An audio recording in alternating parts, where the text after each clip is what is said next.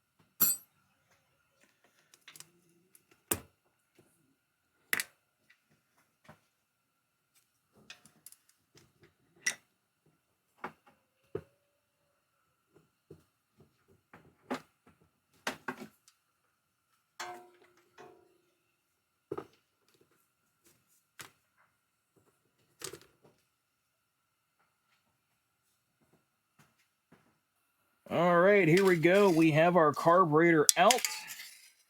And I'll tell you one thing, that fuel that is in there is absolutely rough looking. I'm gonna say that stuff is pretty old, no doubt. So I think we are just going to change all of the fuel that is in that tank. We are just going to get rid of that, and we are starting over new. Bright yellow coming out of there. Go ahead and just pull off all these lines and get them out of our way. Okay. I think we should just be able to go ahead and unscrew this line here entirely. We'll just have to reset it, of course. It's just our idle screw, or idle adjustment. Just unthreads out of there.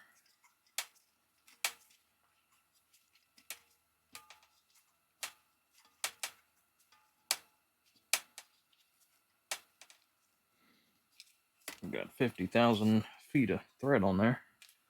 Okay, very good. Let's go ahead and get this front boot off here as well. Am I working in the shadows here for you guys? I feel like I'm working in the shadows. Maybe I should grab a light. Perhaps you guys could maybe see just a little bit better. I'll grab a light. There we go. Hopefully that's a little bit better. Okay. So let's go ahead and start getting things torn apart. Sheesh. Look at that. Look at all that nastiness. Absolutely foul. I bet you this screw's going to be nice and tight in there. Yeah. Might have to wait on that. So they get the bowl off and we can hold on to it just a little bit better.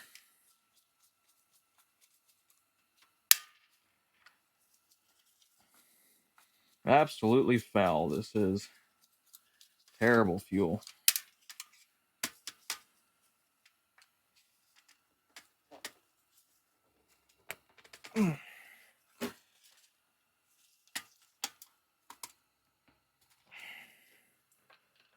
These screws are stuck in there for sure, which isn't helping anything at all.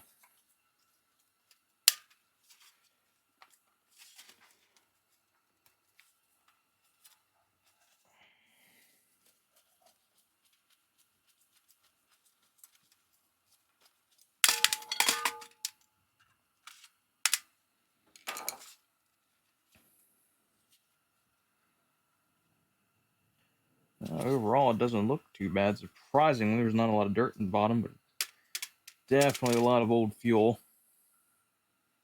That's for sure.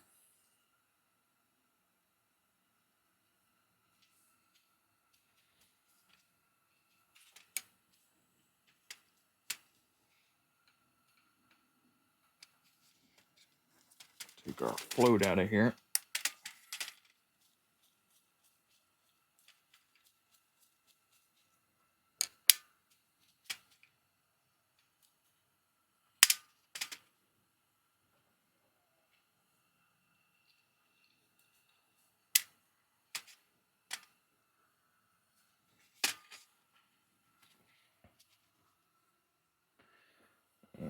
And I'm gonna say, and grab a little flat screwdriver. We'll take these jets out then as well.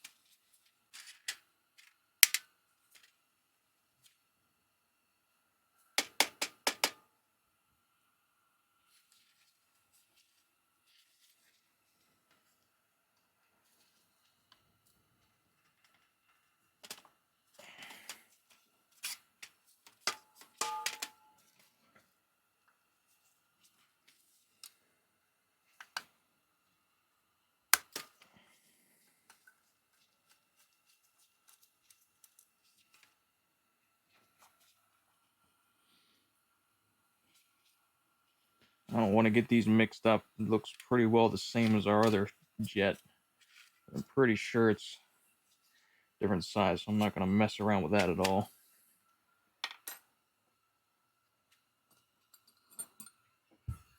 See if I can find the wrench size for that now.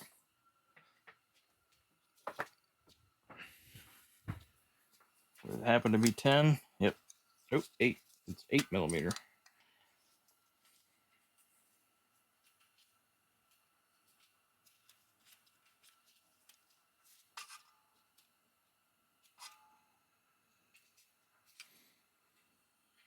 Well, there's a fair amount of dirt on there.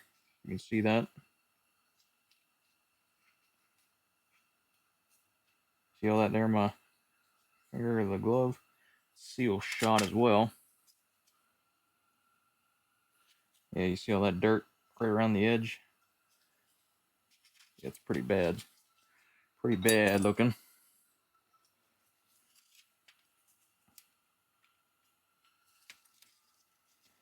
Where was this screw set at before I take it too far out? Half turn, 1 turn, half turn, 2 turns, 2.5. About 2 3/4 where it was set. They went factory at 2.5, so it's not too far out. This is our fuel mixture screw right here. Our pilot jet screw. Ugh. Look at that. Nasty fuel. Absolutely nasty. I believe there's a spring in there, yep. There's our spring. Look at all the varnish that's leaving behind.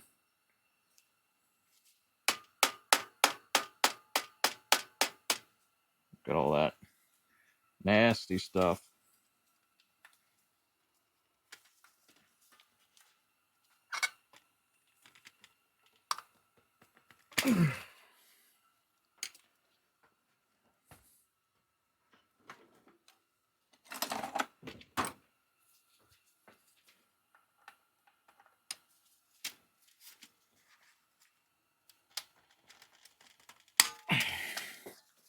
Wow, it was in there tight.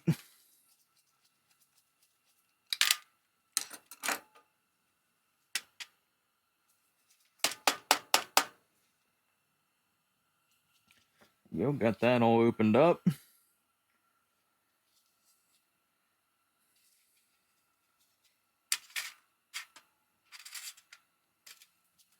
Okay.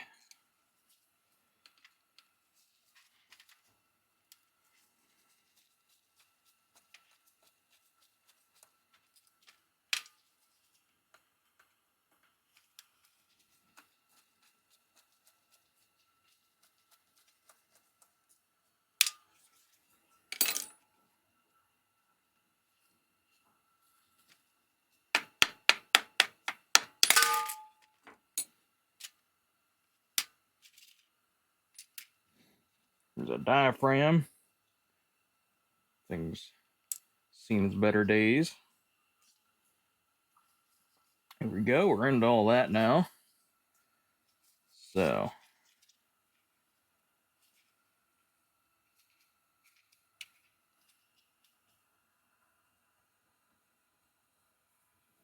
Alright, so next,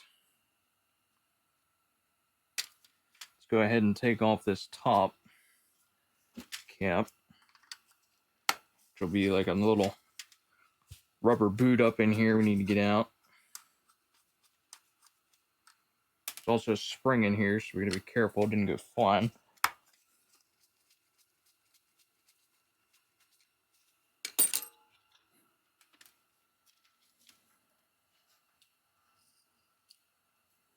There you go.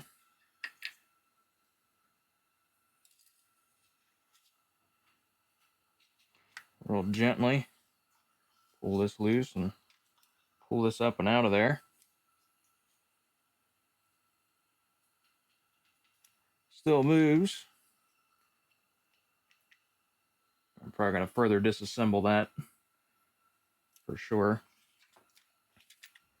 There we go. There we got the base of the carburetor all disassembled, and this can go right into the ultrasonic then and get a well-deserved bath. Let me check the parts kit. I'm pretty sure it came with a new seat for the needle, and if so, we're just going to go ahead and pop that out. Let me check my kit before I get going too crazy, and we'll go from there once. Just verified, and yes, we do have a new seat with that needle, so we are just going to go ahead and pop that right on out of here. Looks like we also have some more parts on the diaphragm end, so I'm going to take that apart even just a little bit further. Let's see how easily this is going to want to come out of there. It's probably in there pretty decently.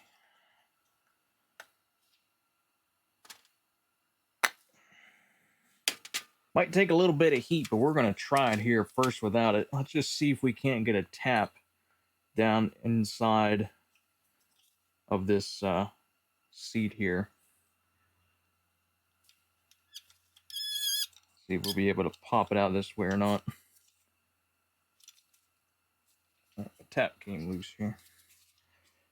Not ideal. However, we resulted to the vice grip method, but let's see if we can get it out now. Yep, there it comes. I don't know why my handle was acting up, but it was, so we'll just switch over, and there we go. There's our seat. Cool. Worked out really good. All right, so there's that. So I guess the very last thing to get out is this whole pin and needle assembly right there. So that is held on with a little cap with a spring in it. So be careful we don't lose that spring, as I almost just did.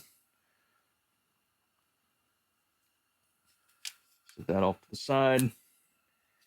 And then there's a bunch of washers and everything here on this that we want to be careful we don't lose. Thankfully I can still see that one. We're off to a good start here. You know, that's just how things go, right? Next step I'm going to do is dig out this old gasket. This thing has for sure seen its better days.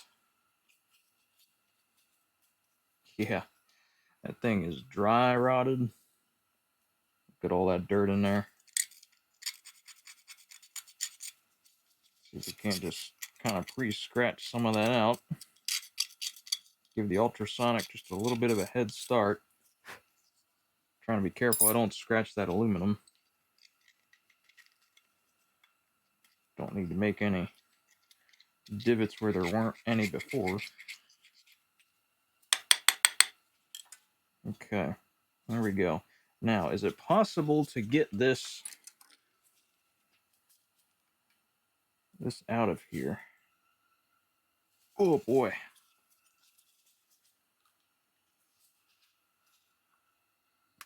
It's in there tight. I might need to work at that a little bit, but we'll see what we can do there. So it looks like everything else is looking good.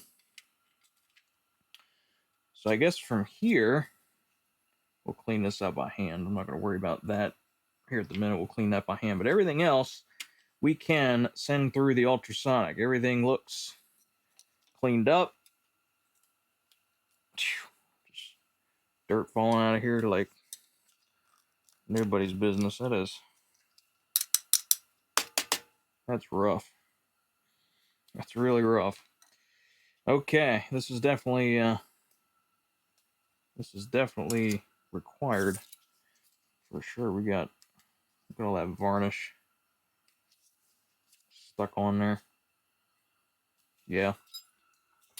The ultrasonic is gonna love this thing. Okay, so yeah, so we got everything apart. Got all the bits and pieces out of here.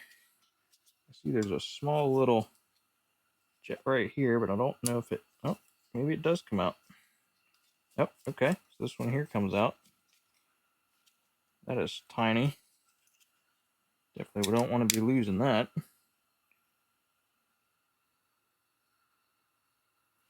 Can't tell, but it looks like there might be a spring in there, and if so, I'd like to get that out. No. Nope, there's no spring in there. Okay. Alright, so that's open.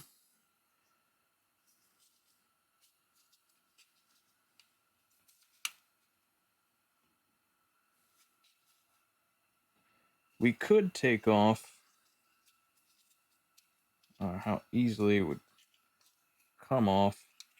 Yeah, I'm not going to worry about this butterfly at all. We're just going to send this whole assembly through. It's not going to hurt it. We'll just make sure it's dry.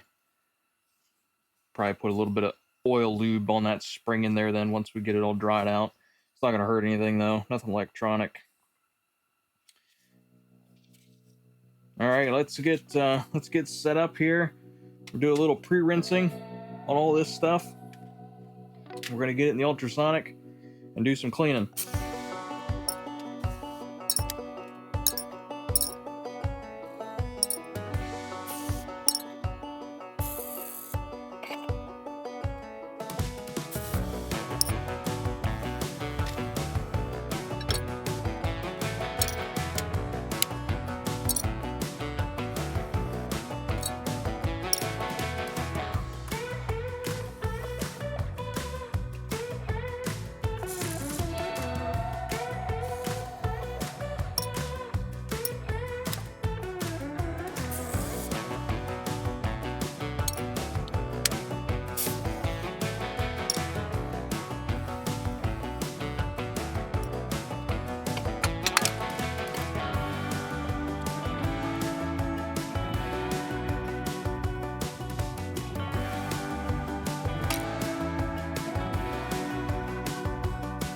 Ring is broken entirely, so that's nice.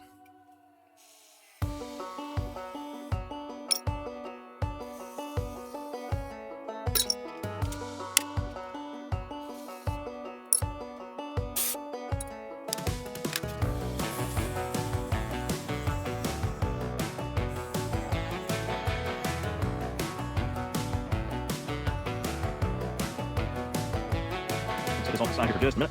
I'll work that screw down a little bit later.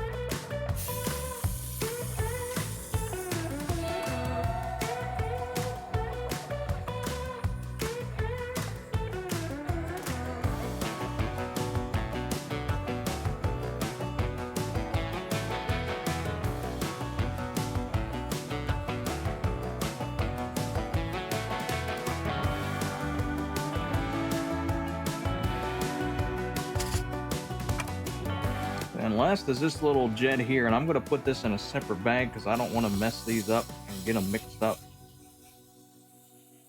So I'm just going to put them in a separate bag so that we can't confuse the items there.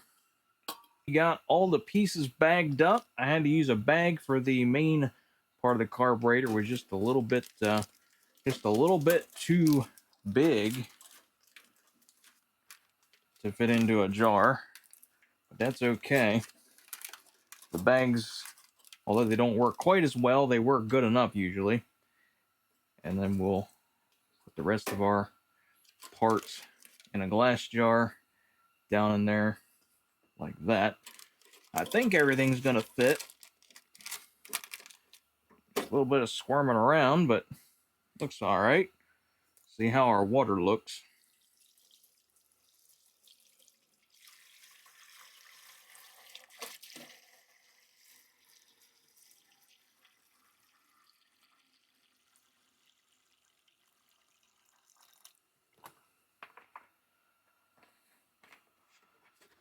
Yeah, it could be just a little bit better.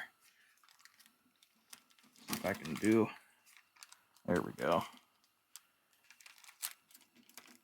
See if I can't do just a little bit of squirming around. There we go.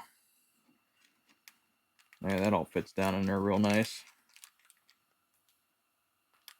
Yep, that'll work.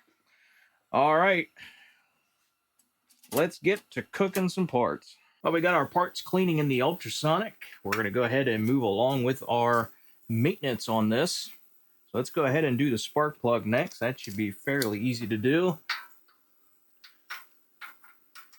18 millimeter here on the plug itself.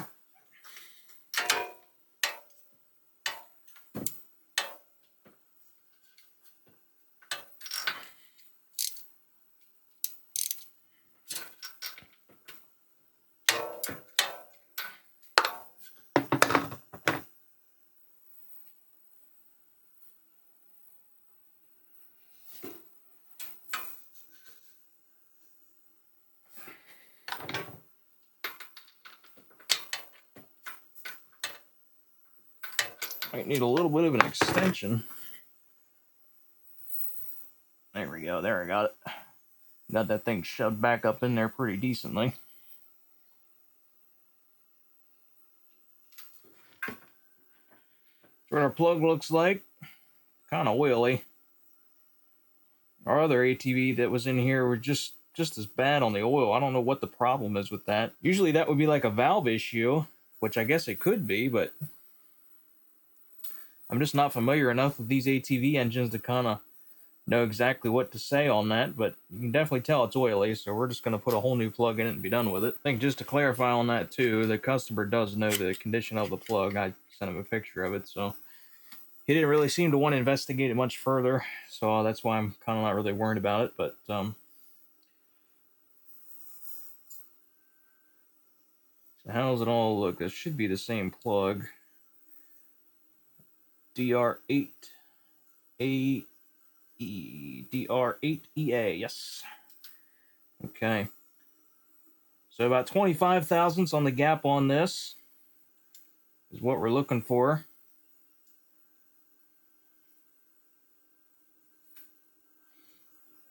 Between 24 and 28 is spec. So right there would be about right.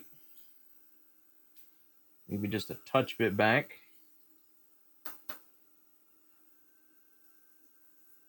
There we go. Got a decent 25 right there. All right. Get this thing back in there. I really can't see what I'm doing very well, but you just have to imagine it. There's really no good way to get down in here, unfortunately. For the camera, at least. At least not if I want to be able to see what I'm doing.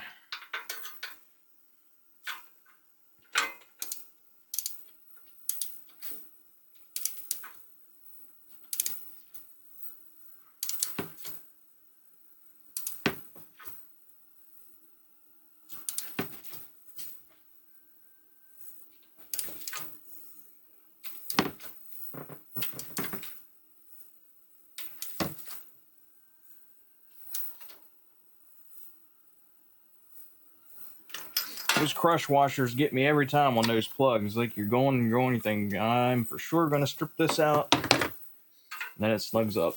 Gets me every time. No matter how many I put in there, it still gets me. Okie doke, spark plug is in. All right, next part we're going to do is we need to get into this side of the machine. So we're going to end up removing the footrest here, the engine side cover, and I believe we might have to remove the front fender as well. We're gonna see if we have to. But we need to get into the coolant system, and we need to get into the engine oil and everything. So we're gonna do that all at once. So we're gonna hop in here. I'm probably just gonna time lapse all this here for you. And we're going to get in here and take this all apart and move on to the next point while our parts are cleaning.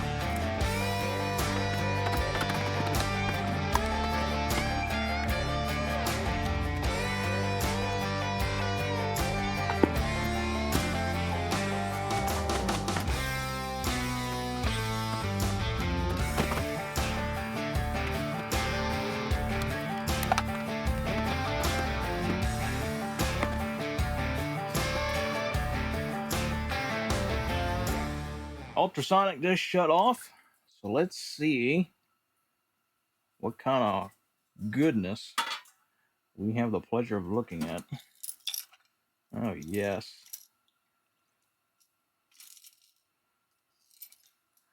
And how absolutely filthy those parts are. Or that water is, I should say. How about our main carb body? Oh, yes. Absolutely nasty. Look at that. Can't even see it. Well, I would say it did its job then. Alright, I got a little bit of clean water, clean warm water here. We're going to go through and rinse off all the soap and everything that we had just used, as well as kind of final clean up everything. Let's go ahead and start with our main base. Looks like it did pretty good. I have a little bit of handwork here left to finish, but I'll take that.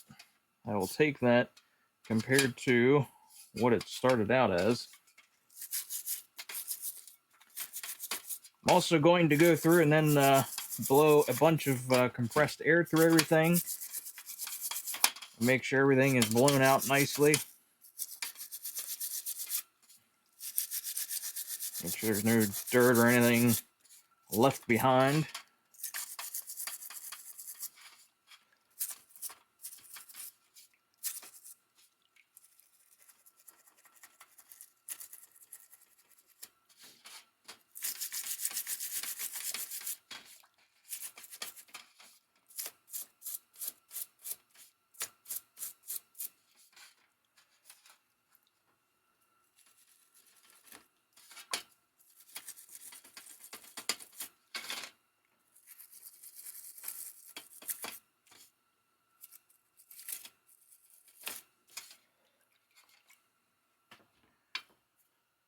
See if I have a little bit of a newer brush. These might work. Some better bristles. Get down in places just a little bit easier. That's better.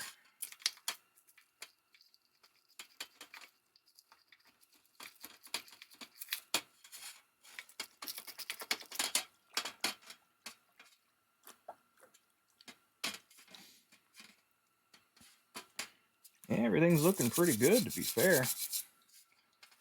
Considering where we started from, it's pretty dirty.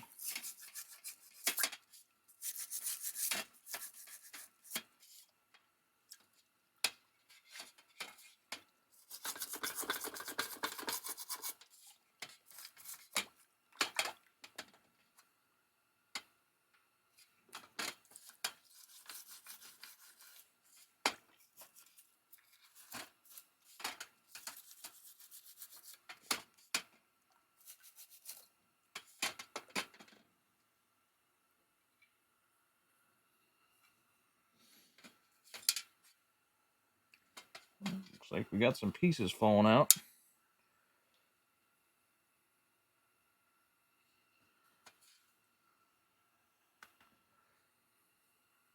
Can only assume they're part of the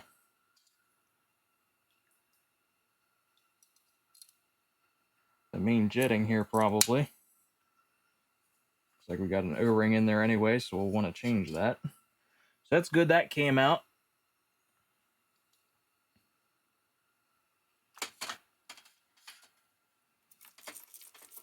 Didn't even realize it was still stuck in there.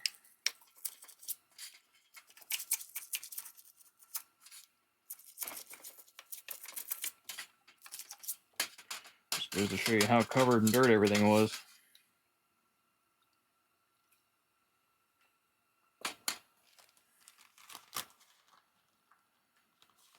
Get our one jet out of here a while as well. That we put in this bag to keep them separate so we didn't mess them up.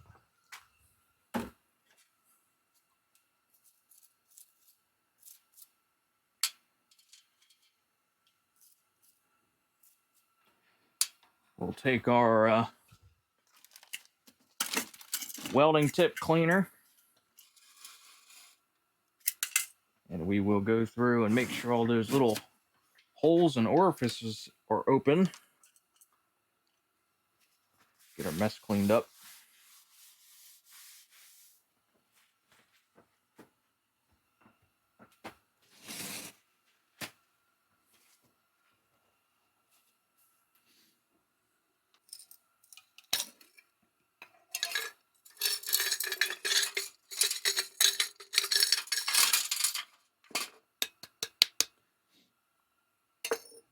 All right, how's everything look here?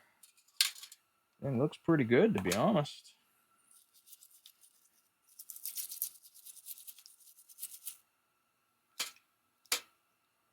Yeah, everything's looking pretty nice. Float doesn't have water in it. That's a good thing. I did end up getting our screw out, and looks like that cleaned up really nicely. That did give me a little bit of an issue coming out, but we did end up getting it. Just took a little bit of elbow grease.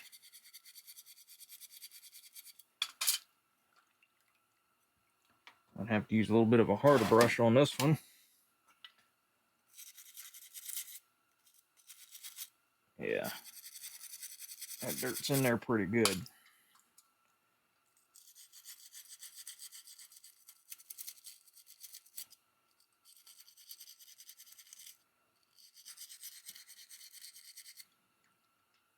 We're getting it.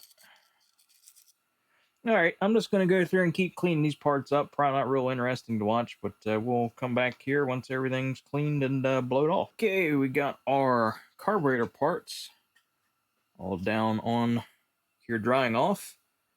Everything looks like it came out pretty clean. Pretty happy with how that came out.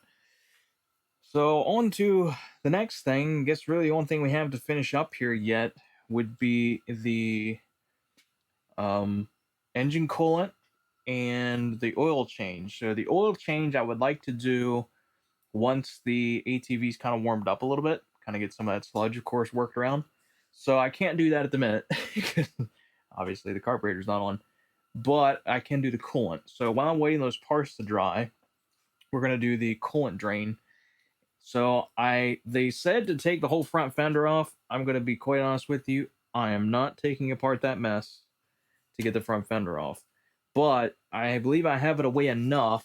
What they want you to do is this reservoir down here. They want you to just unbolt it and tip it over so the coolant drops out of it. So I'm pretty sure we got enough room there we can make that happen. And then from there, we are supposed to take out this bolt right here, which drains apparently the radiator then, I guess. So the only thing I have to do yet is take off the skid plate on the bottom, which is going to be probably pretty hard to film, but see what I can do. Once that skid plate's off, I think we're ready to drain that coolant out. The radiator fill cap is right down in here. As you can see, just nice and convenient to get to, of course. Had some problems with one of these front bolts. See if I can find it. They are an Allen key type bolt, yeah. And the center Allen head was stripped out. So I had to grind in 2 flat cuts there so that I can get a flathead screwdriver in there to get it. With a little bit of heat, being careful not to melt the plastic, we did manage to get it out, but it was quite a fight. So with that out of the way, the front end was able to come loose. So I'm going to go ahead and pop the skid plate off now, and we'll see about draining out some coolant. So I started taking off that pan and figured out real quick that I'd have to take a whole lot of other things off to get that skid plate off, and I am not doing it. Not doing it. Got to disassemble half the machine already. I'm not doing it. So I think we'll be okay, though. I believe we should be able to get to what we need to without doing all that. So, see if I can get an extension.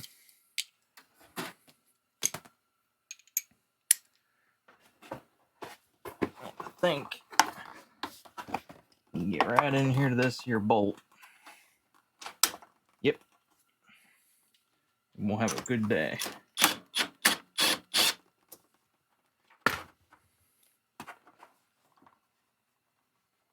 feel like I'm working on a car. I don't know about you guys, but I feel like I enjoy working on small engines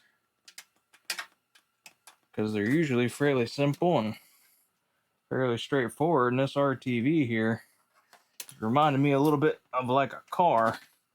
I'm kind of not much of a fan. There we go. All right, there's the second bolt out. So that reservoir should be loose. All right, so what do we gotta do? And all kinds of lines connected everywhere is what it looks like. Got 2 overflow lines connected to it.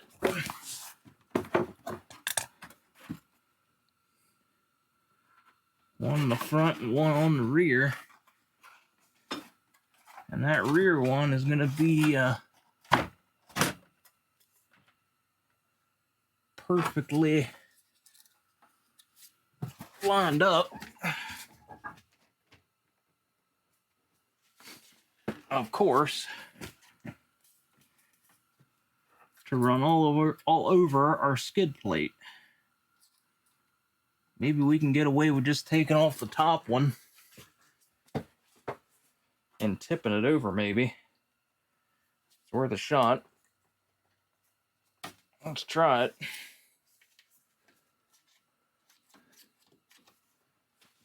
Nope, not gonna work. Oh.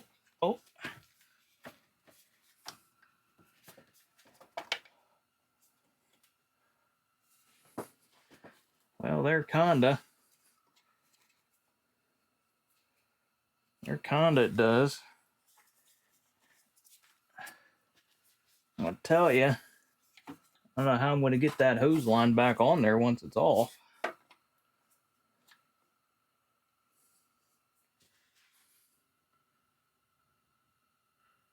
Wonder if it'd be just as easy to just suck that fluid out. Maybe that's what I ought to do.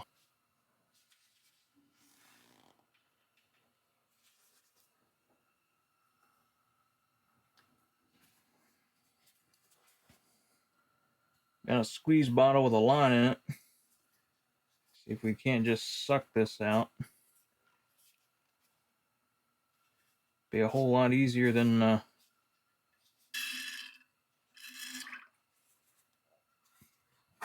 trying to dump it and take that line out, that's for sure.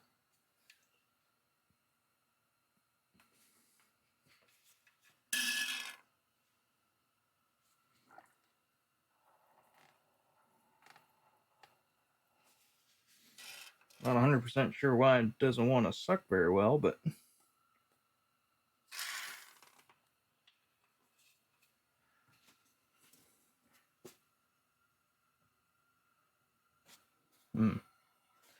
well, I can step it up a little bit, I guess.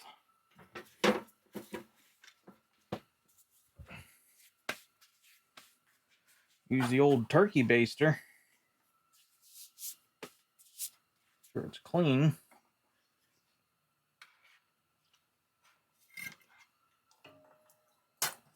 That's kind of working.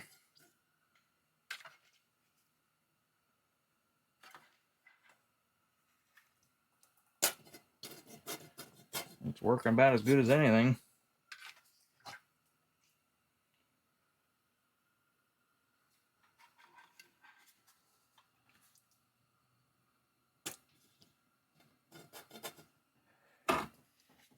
All but got it.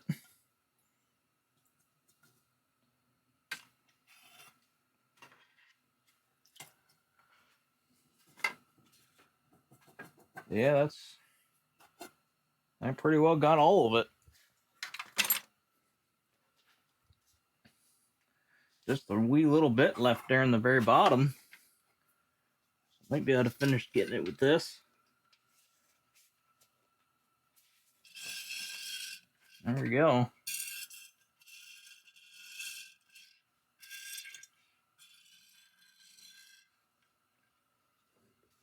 Yeah.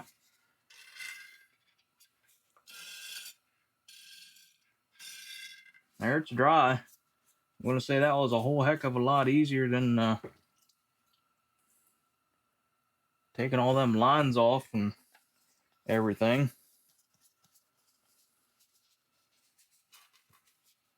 But there was going to be a real headache for sure. All right, let's get this tank back on there. Get our overflow line back hooked on.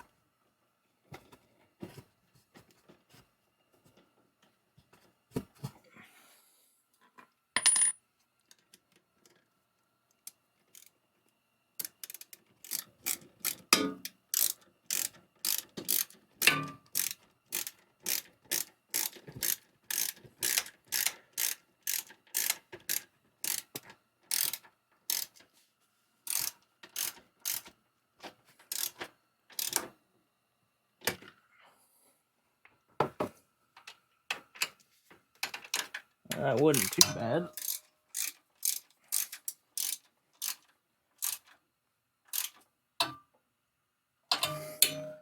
All right, let's see how much of a mess we can make with the next part. I'm ready to drain out the main system now. So I have this oil funnel that I'm going to try to use to keep this from running everywhere, if at all possible. We'll see how well that works out. But hopefully, it won't work out too half bad. I expect it to come out with some decent force here, probably. But maybe it won't be too bad.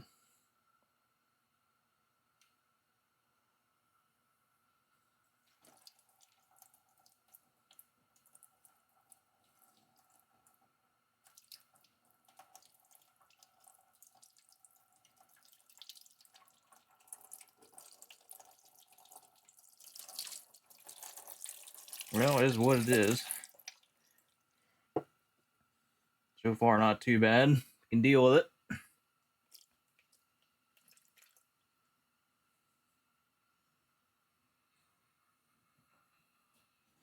Yeah, that worked out all right for what we had to work with.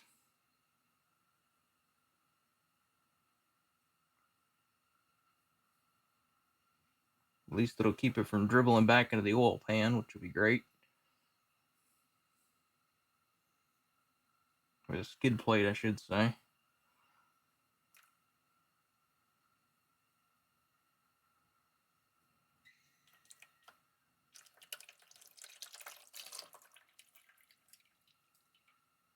Apparently we found another reservoir somewhere.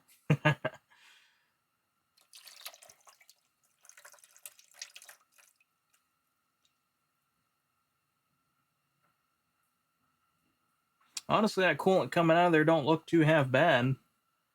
Really doesn't look like it was much run very hard at all. Pretty purple yet. So I'm pretty happy with that, about that.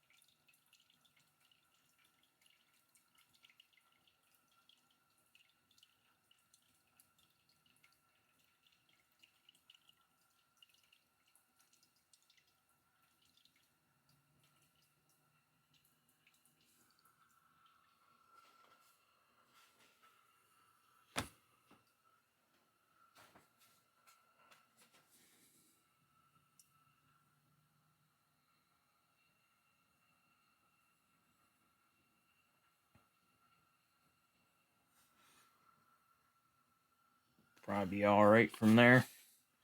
We're not going to get it all out doing it this way anyway. The majority has been out, it's been flushed out, so that's all they were really looking for anyway. They keep up on their maintenance pretty good, so it's not like this hasn't been done recently for them.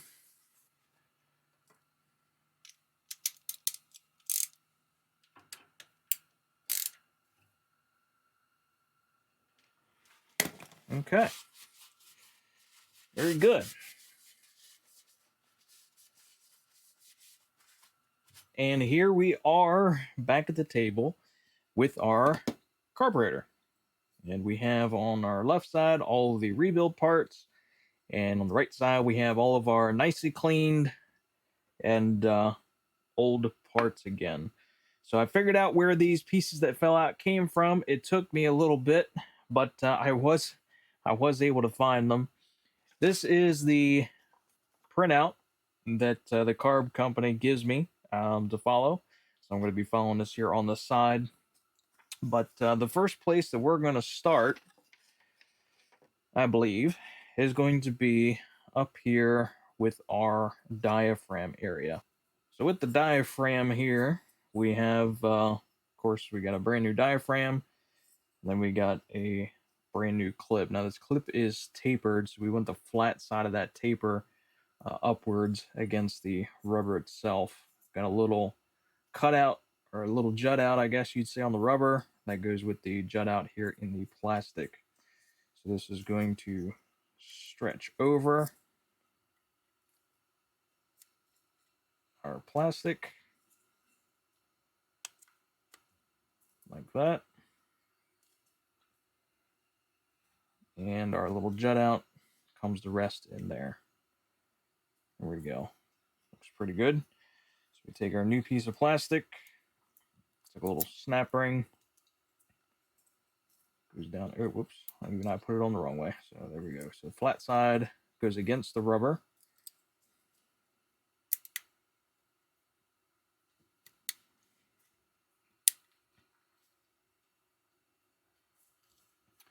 And we're going to want this spun around so that the pieces are all aligned. There we go. Just like that. Okay. Now, this only goes in one direction. You can't really mess that up. So that drops in there just like that. Now we need our needle piece. And that is going to be this piece here. So they don't give you another plastic little spacer here. They do give you another C-clip, but I'm going to be honest, our C-clip is just fine. I don't really see why we would need another C-clip. But there are washers on here that we do not want to lose. They are super small, and we don't want to lose them. So, I dropped the needle. So bringing this back over here, the paperwork. Got our needle. So we have, let's see here. I guess let's start this from the top up. So we need our top connector to that needle, which would be this little plastic piece. This has an O-ring on it, so of course we're going to be replacing that. So we're going to pull off the old O-ring, grab the new one, and stretch that over. There we go. New O-ring. Okay, then we got a spring. So the new spring presses in the end like that. Okay, I'm going to set that down for a second. Let me go back to our needle.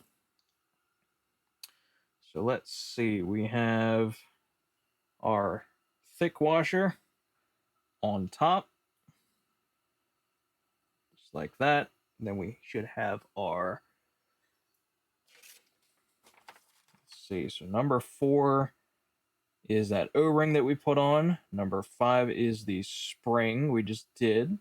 Number 6 would be the thick washer. Number 7 is going to be that E-clip, which is on there. We didn't move it. Number 8 would be our thin washer. So our thin washer then goes underneath just like that. Now we do not want to lose these small pieces. So that is it for this part of that assembly. So now we need to take our carburetor, and this will drop down in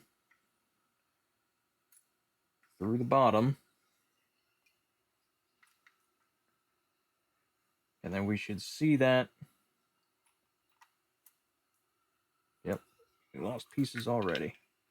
Just dump all that back out and restart over. As a matter of fact, I might do it before I insert in there. That might be better yet. Okay, so let's try this again. Let's actually do it this way. This might be better. All right, so we got our thin washer on here, and then we're gonna put our thick washer on top. And we have our plastic that is going to go through just like that. Okay, and then without moving it, we're going to take our pliers with this plastic piece and the spring, and this is all going to press right down on top of that needle. And it's going to kind of wedge in there. Okay, I heard it click in, so I'm going to hold my hand up here in case it didn't work. There we go. You can see our needle has spring to it, it's pushing in and out, and nothing's flying apart. Wiggling it with my finger, it's in there solid. Yep, okay. There, that part is done. So we'll slide that all back on, and that's actually that needle you should see right there is now poking out of the bottom. You can tell it's not centered though, and that's where our piece that fell out came from.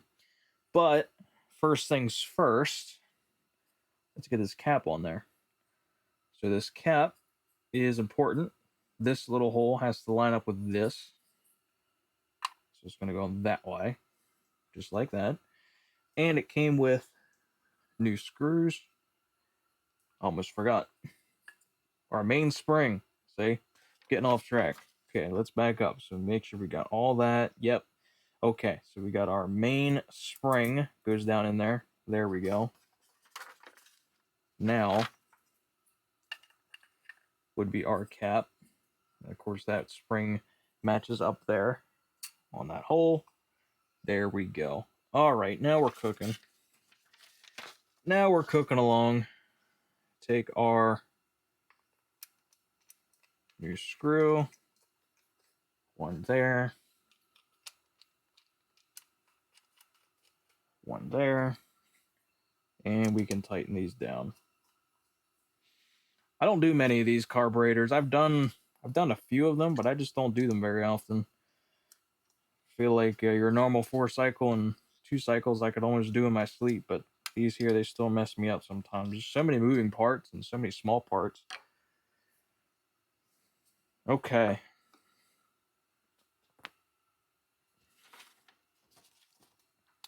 All right, so that takes care of this whole side of the assembly.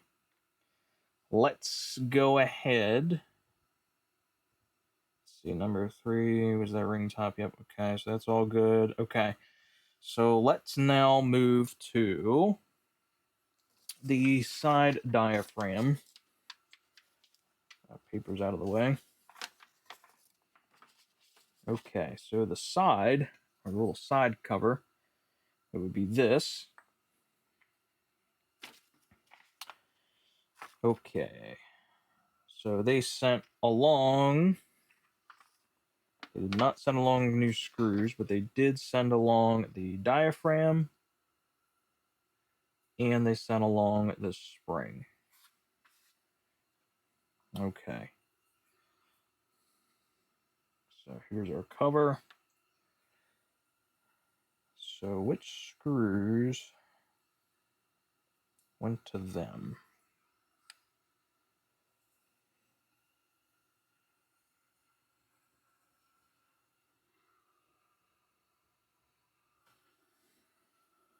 I'm going to say these two right here, put the lock washers on.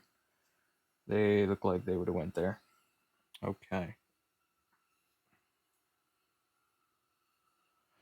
All right, so our diaphragm is going to go into place.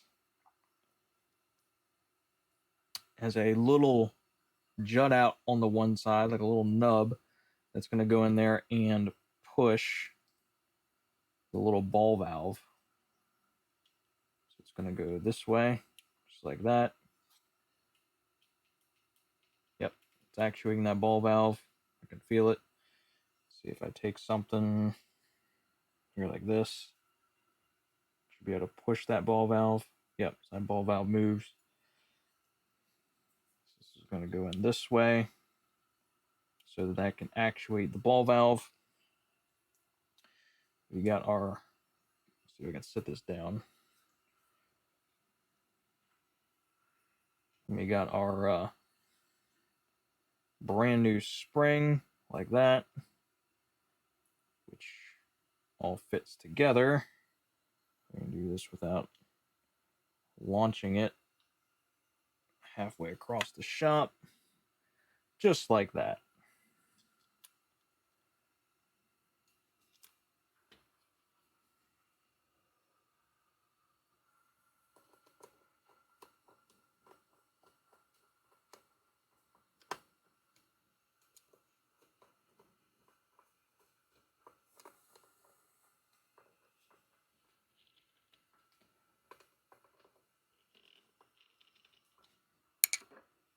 Got them snugged up, good to go. All right, let's start finalizing up some other places here. Little odd and ends. See, this goes here. That goes in there.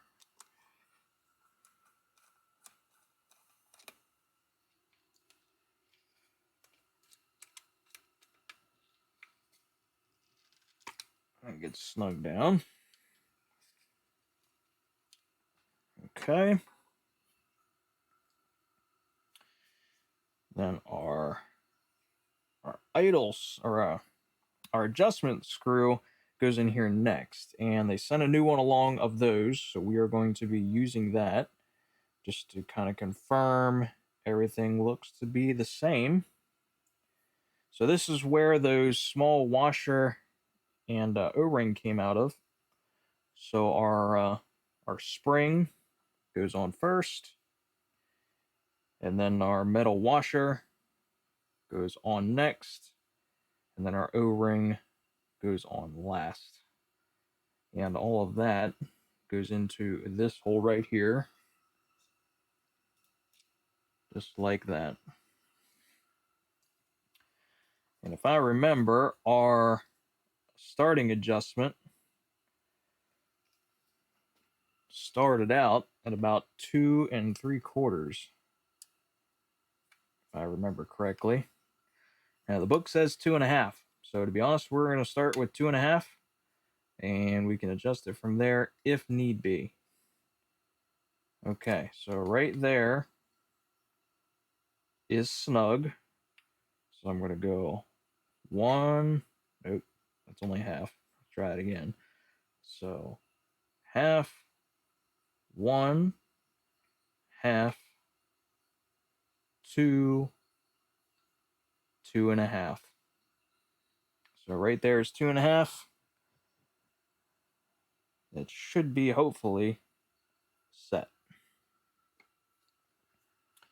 All right, what else do we got? What other kind of parts do we have? Guess we can go ahead and get the main tube fixed up.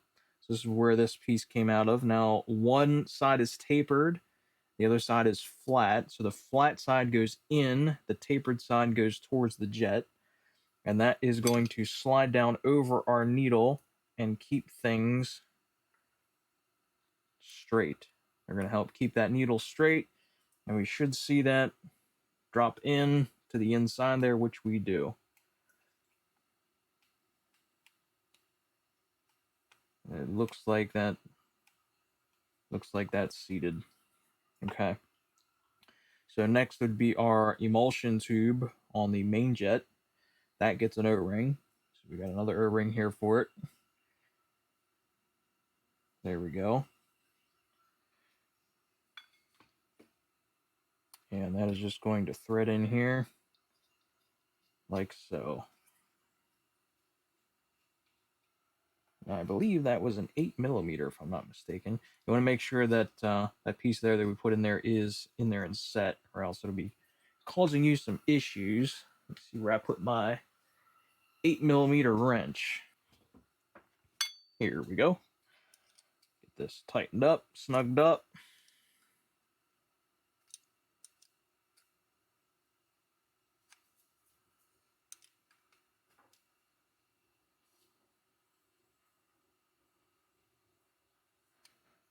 There we go. Nice and snug. Looks like the O-ring is seated. Okay. Then next we can do our main jet. And you remember I kept them separate because this has a little canister on it. These jets are two different sizes. So that's kind of important. That's why I kept them separate, because I didn't want to mix them up. Has holes in it. The holes go down. So we drop the jet in the inside. Should see threads sticking out on the other side. Drop this down. And we can thread it right into place. Snug it up. Alright, so from here we're just going to start dropping in the rest of those jets.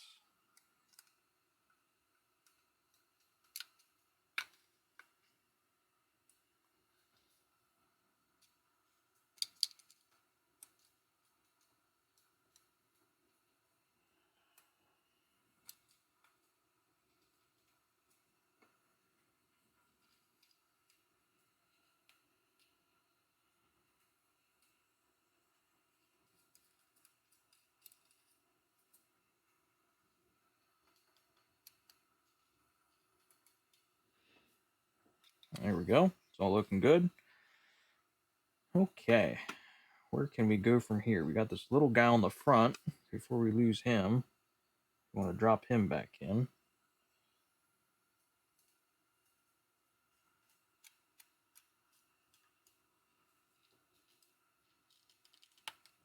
He's all snugged up. Okay, guess next we're probably ready to start pursuing the needle and seat. So let's go ahead and take our fuel bowl. They sent along a new drain screw for that. So that goes in here. Go ahead and get that set into place a while.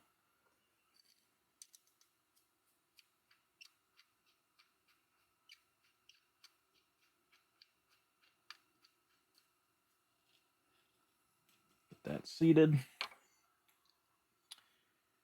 Okay. Now then, here is our new needle and seat combo. They come as a combo. So here's our seat, here's our needle, and our seat. We're just going to push down into place. We want the top, well, you can see it. We want the ridge right here to be flush with the top of the carburetor. So, see, I don't know if we can push it in. Yep, we can push it in with our thumb pretty good. There. I believe that's seated. I am very gently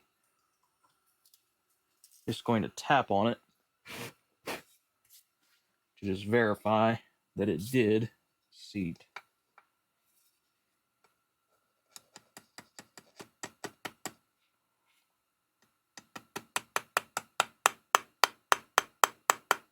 Yep. Appears it's seated.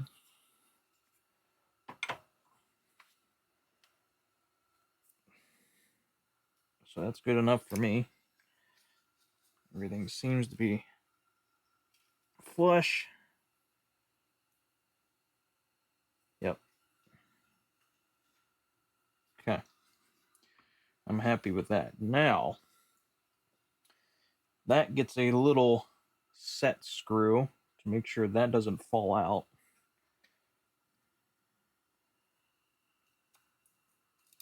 Whoop.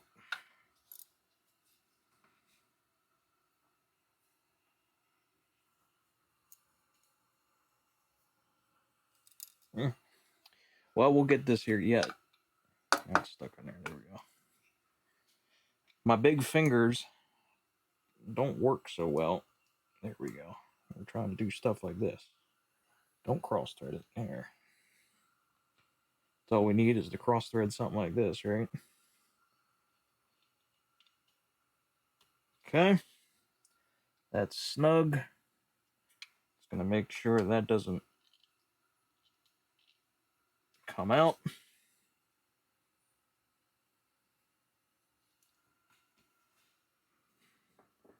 Just gonna make sure that is seated. Yeah, seems to be. Okay. All right, I'm happy with that. Next will be our float. And of course, our needle then. So we're gonna put our needle on. We're gonna have to set the float height. So that's something we'll have to do once we get this all on there. There we go. We'll drop that down into place. Take our fulcrum like such. And of course, that gets a new screw as well.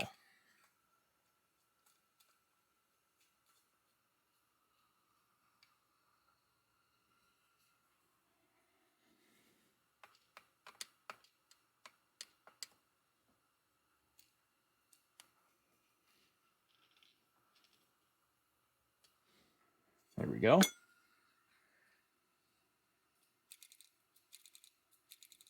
Perfect.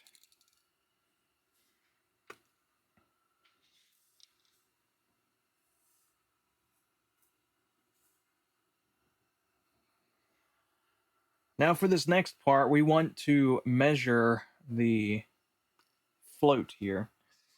And the way the service manual is telling you to do it is it's telling you to hold the carburetor in an upside down position, measure the distance from the mating surface of the float chamber with the gasket removed, of course, to the top of the float. So that's telling you to flip it the whole way upside down. Now, the problem with that is you'll see the note right under that, and it says the float arm should be resting on the needle valve but not compressing it. So there is a little spring. I don't know if you're going to be able to see this. This needle valve, the top of that compresses. So if we hold it the whole way upside down just like this, well, what is that doing? That's compressing it. So I'm not really sure why they tell you to hold it upside down, because that's not accurate. A 45-degree angle is a little more like it. You basically want to go until you can just ever so see it start to touch. And then we're going to take a pair of calipers and we're going to hold that on the mating surface, and we're going to have a little look-see, and we want that to be about 13. So I'm going to do this here off to the side, and I can't really see very well on camera, but then you'll know what I'm doing. Now, if that needs adjusted, this little metal tang back here on the float, you would bend that.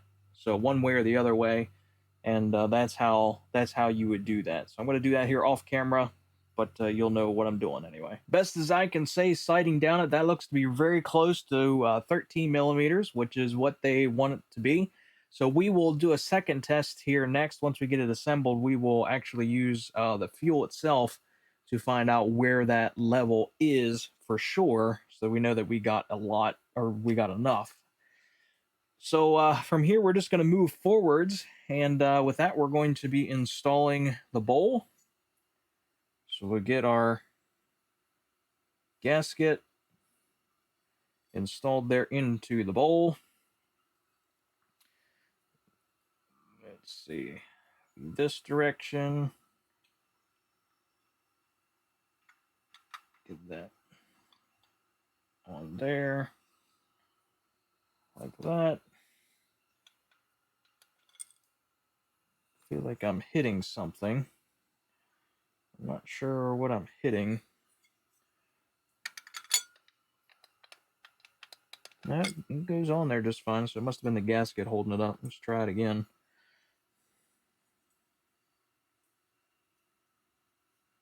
Maybe the gasket came out of the groove or something.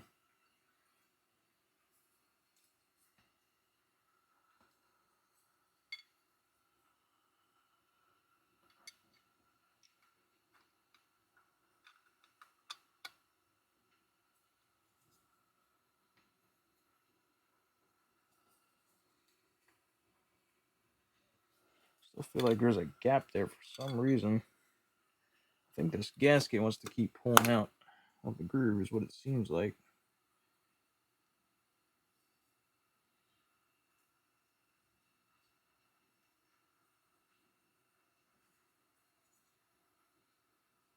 There. Seems to be okay there. Let's try putting it in from this direction.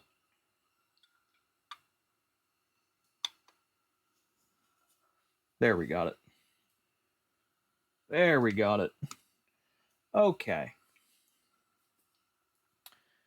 So let's go ahead and put our pieces back together then. Our screws in.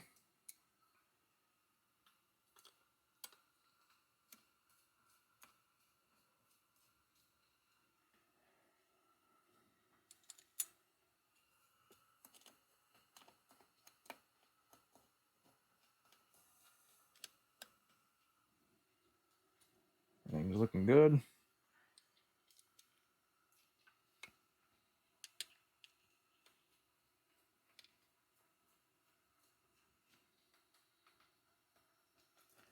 There we go. And then this back corner over here is what gets the little holder for the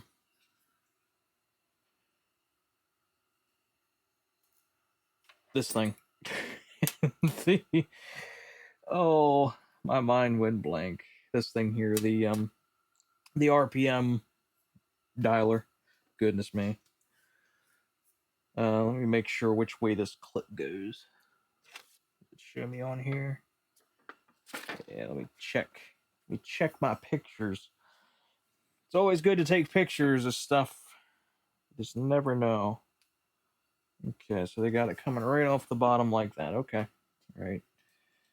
So just in line with that is what the way they have it.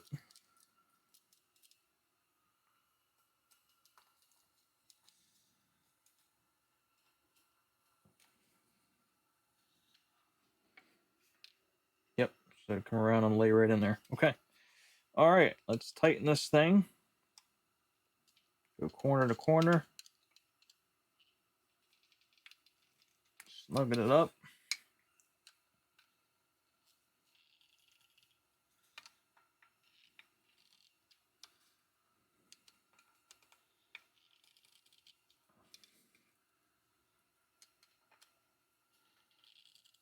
Okay. So what does that leave us with then? This needs to go back in, but we don't need that right now. We reuse these. So the only thing left is this little O-ring right here, and that goes on the choke cable side, and this goes on the case side right here for the throttle. All right, let me get set up for our next test, and we will check that out here. I'm going to do my best here so that hopefully you can see what's going on, but essentially, I have a clear tube, a piece of fuel line on the bottom of the carburetor on the fuel drain off. So what I'm going to do is I'm going to open this drain screw, and fluid neutralizes. It makes level. So according to our spec sheet, we want the fuel level to be 4 to 5 millimeter above the float chamber mating surface. So if this is our surface, our joint right there, I have my caliper set to 5 millimeter.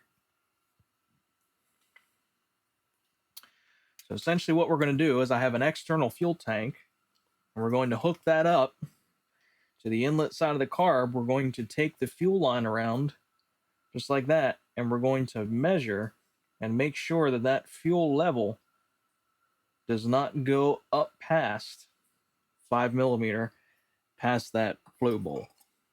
So let's go ahead and get the external line connected.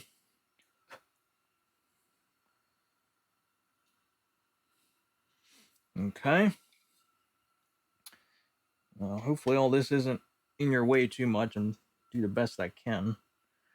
So I don't have the fuel line kinked. All right, I'm going to hold the carburetor about as level as I can get it. And here we go. We're opening up. And there we go. We got fuel. It's filling up. And it stopped right there.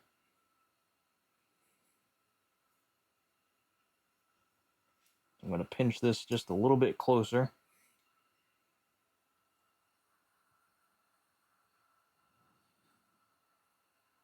It's definitely not 5.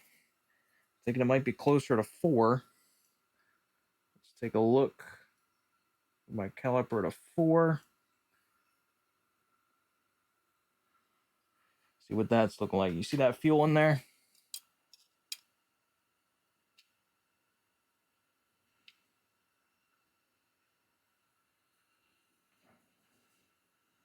Hold this level. I'm going to say it's right about 4. So I'm going to say that's that should be good to go. Should be good to go. Now our next test here, if I close this valve now,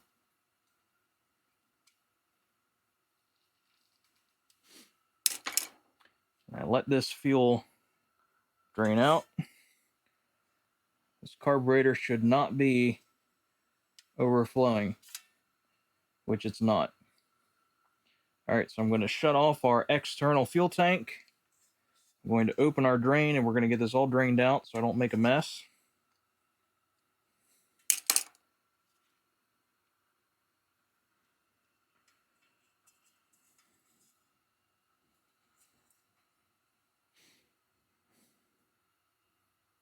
This is good. I'm feeling confident here. Everything seems to be lining up pretty decent so far.